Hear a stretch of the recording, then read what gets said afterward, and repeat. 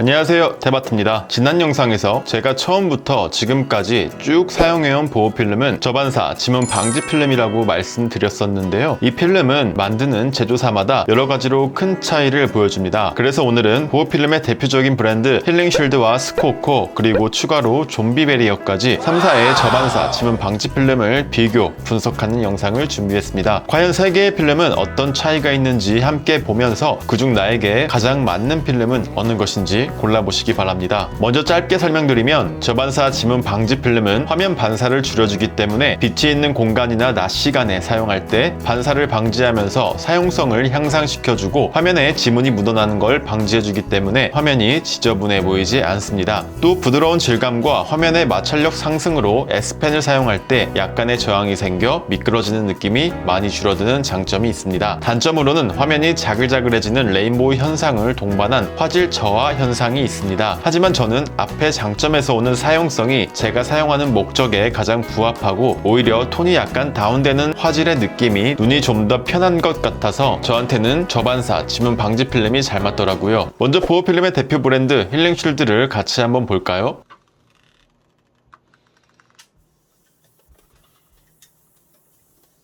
처음 붙였을 때 신기하게 레인보우 현상이 거의 없어진 듯한 인상을 받을 수가 있었습니다. 훨씬 부드러워진 느낌?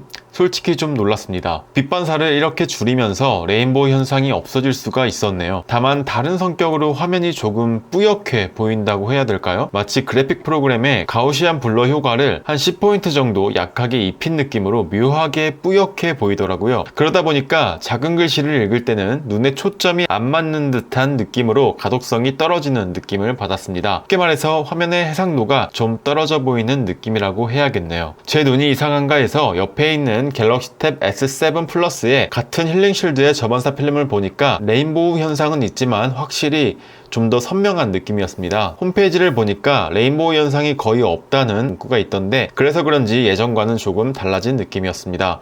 저 개인적으로는 마음에 드는 변화는 아니었어요. 또 저반사 지문 방지 필름은 필기감이 좀 더 좋아지는 장점이 있는데 이번 힐링쉴드 제품은 그 특징이 조금 덜 하더라고요. 펠트심을 사용해봤는데 칠판에 어떤 날카로운 물건을 쓸 때 나는 소리?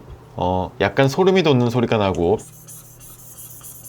펠트심과의 조합은 오히려 더 안 좋아진 것 같습니다. 하지만 고무나 플라스틱 펜 쪽은 괜찮았습니다. 지문 방지는 역시 힐링쉴드가 1등인 것 같아요. 그럼 힐링쉴드의 저반사 지문 방지 필름을 정리해보면 이렇습니다. 레인보우 현상을 거의 없앤 건 좋은 방향이었으나 뿌옇게 해상도가 떨어져 보이는 새로운 화질 저하 현상은 호불호가 크게 갈릴 수가 있을 것 같더라고요. 다음은 좀비베리어입니다. 사실 이번 갤럭시 탭 S8 울트라를 구매하면서 처음으로 알게 된 브랜드인데 신기하게 퓨어 저반사라는 이름을 가진 필름이더라고요. 확인해보니까 화질 저하 현상을 최소화하면서 반사 방지와 지문 방지를 모두 잡은 제품이라고 소개를 하고 있었습니다. 실제로 사용 후기들을 보니까 화질 저하 현상이 매우 적다는 말이 많더라고요. 앞에 힐링쉴드에서 대인 게 커서 그런지 퓨어하다는 말에 혹해서 구매를 해보게 되었습니다. 일단 처음에는 정말 놀랐어요. 화질 저하 현상이 정말 저반사 필름이 맞나 싶을 정도로 적더라고요. 하지만 그 이유를 금방 알 수 있게 되었습니다. 일반적인 저반사 필름보다 반사 방지 효과가 매우 적은 편이었어요. 반사 방지 효과가 일부 있는 것 같긴 하지만 이렇게 손과 손톱의 형태를 정확하게 알아볼 수가 있고 버즈 라이브를 옆에 세워두면 위쪽에 삼성 글씨까지 알아볼 수 있을 정도로 반사가 됩니다. 이렇게 전구를 비춰보면 전구의 모양도 이렇게 각 잡혀 보이는 것을 확인해 볼 수가 있어요. 옆에 있는 예전의 힐링쉴드 저반사 필름과 비교해보면 이 정도의 차이를 볼 수가 있습니다. 또 필기감은 최신 힐링쉴드보다도 더 안 좋더라고요. 펠트심을 사용하면 듣기 싫은 정도의 소음이 납니다.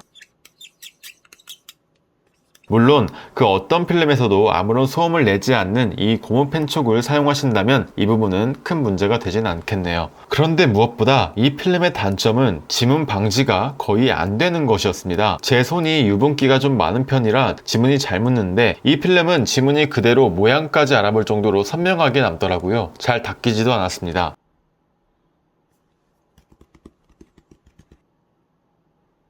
이렇게 보면 차이가 확실히 보이죠? 좀비베리어 제품을 정리해보면 이렇게 정리할 수가 있겠네요. 빛 반사와 지문 방지 효과가 적고 필기감 상승 효과가 적은 편이라면 클리어 필름보다 이 저반사 필름을 굳이 사용해야 할 이유를 잘 못 찾겠더라고요. 마지막으로 스코코 저반사 지문 방지 필름입니다.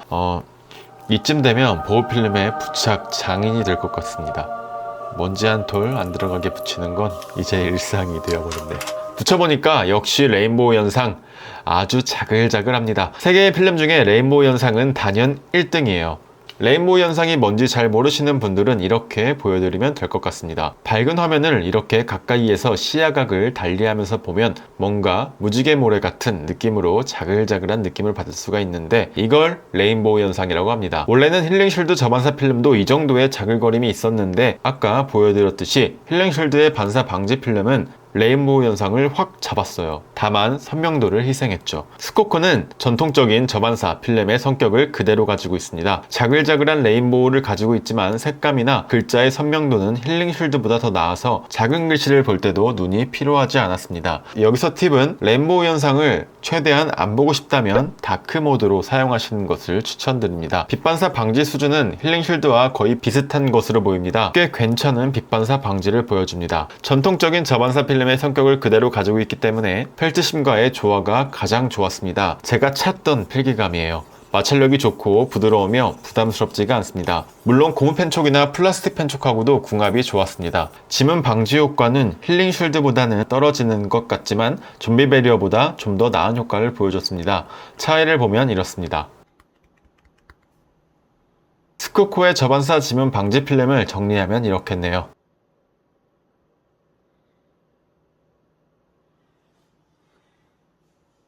자, 이렇게 힐링쉴드와 좀비 베리어, 스코코 저반사 필름을 함께 알아봤는데요. 제가 느낀 3개의 필름의 각 기능별 점수를 구분하면 이렇게 볼 수가 있겠네요.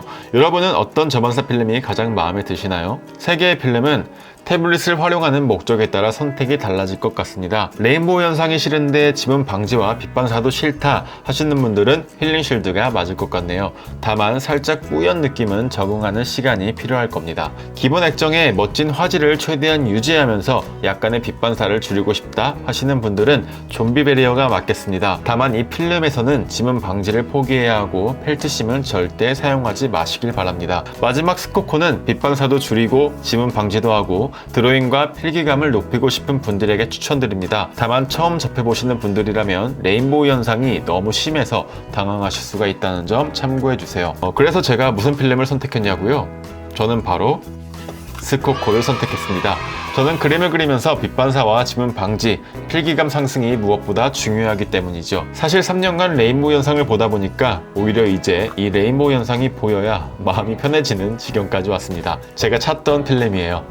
그리고 영상 편집을 거의 마친 상태에서 들은 소식인데 삼성에서 정품 저반사 필름을 출시한다는 소식이 있더라고요. 진작에 나왔으면 좋았을 텐데요. 이 필름이 정식 출시되면 구매해서 사용 후기를 남기도록 하겠습니다. 어찌되었든 이 영상을 통해 시중에 나와 있는 저반사 필름 중에 나에게 가장 잘 맞는 필름을 선택하실 수가 있기를 바랍니다. 그럼 오늘 영상이 조금이나마 도움이 되셨기를 바라며 이상 테바트였습니다. 오늘도 시청해주셔서 감사합니다.